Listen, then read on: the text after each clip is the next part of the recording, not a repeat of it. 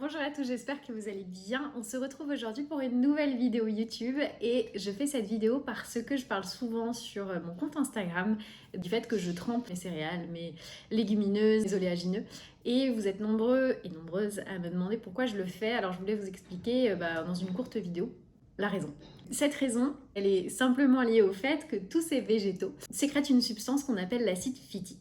Alors l'acide phytique comme ça fait un peu peur. Qu'est-ce que c'est l'acide phytique? En fait, c'est une substance qui est sécrétée par les végétaux pour se défendre dans la nature. Donc les végétaux, en fait, ils se défendent de quoi? Des insectes, des champignons, voilà, toutes ces agressions extérieures finalement qui vont venir les abîmer et les empêcher de se reproduire. Donc cette substance qu'on appelle donc l'acide phytique, on est, nous humains, pas capables de la digérer.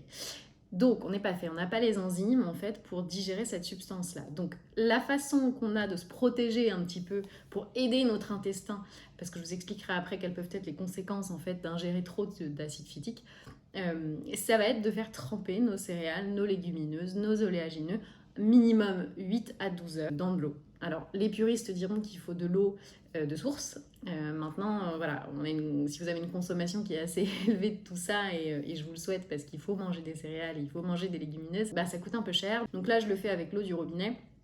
C'est pas le mieux. Finalement, ce que je vais faire, c'est que je vais tout simplement prendre ma dose de céréales, par exemple, je veux faire du quinoa. La veille, je vais mettre mon quinoa dans un bol d'eau. Je vais le laisser toute la nuit. Et le lendemain, je vais récupérer mon quinoa qui aura un peu gonflé. Et bien, vous allez pouvoir procéder à la cuisson normalement. Donc, vous les rincez plusieurs fois et puis vous les mettez dans de l'eau bouillante comme vous auriez fait normalement. En général, c'est un tiers de cuisson en moins. Donc comptez bien, vous divisez par 3 le temps de cuisson qui est indiqué sur le paquet et vous aurez une cuisson, la même cuisson que si vous ne les aviez pas trempés.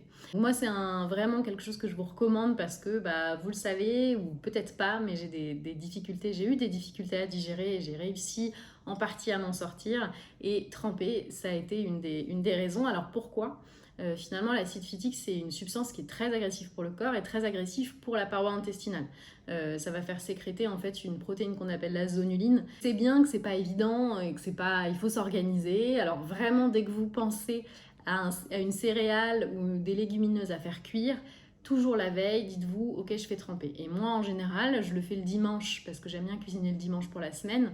Et donc, je vais avoir 3-4 bols comme ça d'eau et je fais tremper tous mes trucs. Mais ça me permet au moins le lendemain de me dire tout est fait et je peux cuire tout ça. Pour les amandes, les noisettes, etc. Donc, c'est pareil, hein, les oléagineux ont cet acide phytique. Donc, je sais que c'est pas très agréable de manger des amandes un peu mouillées.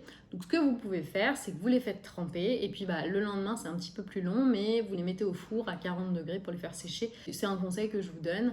Et puis à force, ça va rentrer, ça va devenir un réflexe et vous verrez que vous allez mieux digérer parce que on n'est pas forcément au courant de cet acide phytique qui fait un petit peu peur comme ça. Je vous assure que une fois qu'on a compris et une fois qu'on sait pourquoi on le fait, ça roule bien mieux. Voilà, et c'était une toute petite vidéo. Si vous avez des questions, vous n'hésitez pas à me les poser en commentaire.